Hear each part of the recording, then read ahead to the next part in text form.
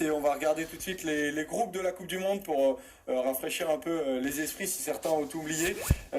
Emeric, est-ce que tu veux nous décrire un peu peut-être le groupe de la mort, le groupe de la France? Ah, pour moi, le groupe de la mort, c'est le groupe D. Et tout de suite les groupes de la Coupe du Monde pour rafraîchir un peu les esprits si certains ont oublié. Emeric, est-ce que tu veux nous décrire un peu peut-être le groupe de la mort, le groupe de la France? Ah, pour moi, le groupe de la mort, c'est le groupe D. Donc déjà, il y a un désaccord. Mais c'est vrai que le groupe de la France, il est assez relevé parce que tu as trois équipes vraiment homogènes. Enfin non, tu as deux équipes qui se valent, c'est France et Argentine. Et puis tu as l'Angleterre qui est au-dessus pour moi. Mais vraiment, le groupe de la mort, pour moi, c'est le groupe D parce que je trouve qu'il y a il y a deux équipes très fortes et un outsider qu'il faut vraiment pas négliger. C'est donc Australie, Pays de Galles et Fidji. Et donc cette poule B qui est décrite comme beaucoup par là où il y a les deux plus grosses équipes de l'histoire en fait. Oui, la Nouvelle-Zélande et l'Afrique du Sud, c'est vrai que c'est peut-être ça fait partie des deux plus gros cadors, mais l'Italie, on va dire contrebalance un petit peu. Je trouve que l'Italie est aujourd'hui nettement moins forte que les Fidji. C'est pour ça que je rejoins Emeric sur ce point de vue de la poule de la mort pour le groupe D.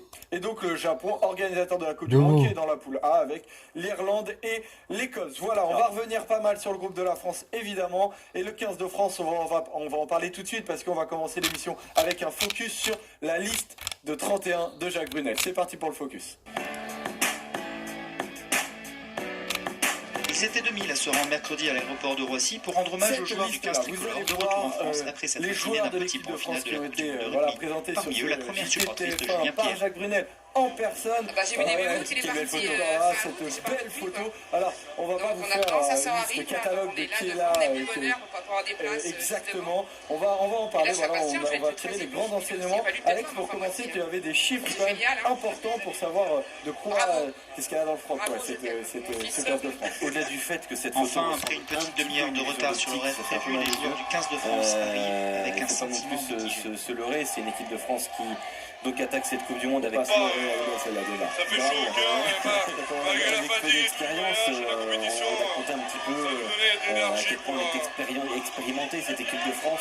On a noté que devant il y avait 25,3 sélections en moyenne, 26,8 derrière. Ça fait plaisir d'être accueilli comme ça.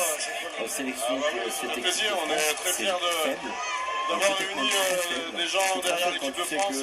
En 4 ans, le mondial aujourd'hui, c'est génial. Une quarantaine de matchs. C'est pour ça que effectivement, c'est très faible. Et ça représente un petit peu notre aventure japonaise cette année. Beaucoup d'incertitudes. Je suis déçu de ne pas avoir avec nous parce que c'est ce qui manque.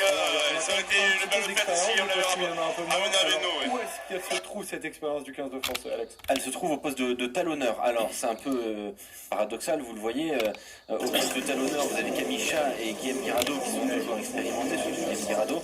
Et en même temps, dans ces talonneurs, le joueur le moins expérimenté, c'est un peu la surprise d'ailleurs. C'est Boubacar, voilà, qui est, vous voyez, en bas à droite. Le joueur le plus expérimenté, c'est Louis Picamol, 79 sélections, 3e Coupe du Monde pour Picamol, le joueur de Montpellier. Et puis le poste le moins expérimenté, c'est le poste d'ouvreur, avec 16 sélections. Et ce qui est plutôt intéressant, c'est que c'est bizarrement le poste peut-être le plus incontesté, le poste qui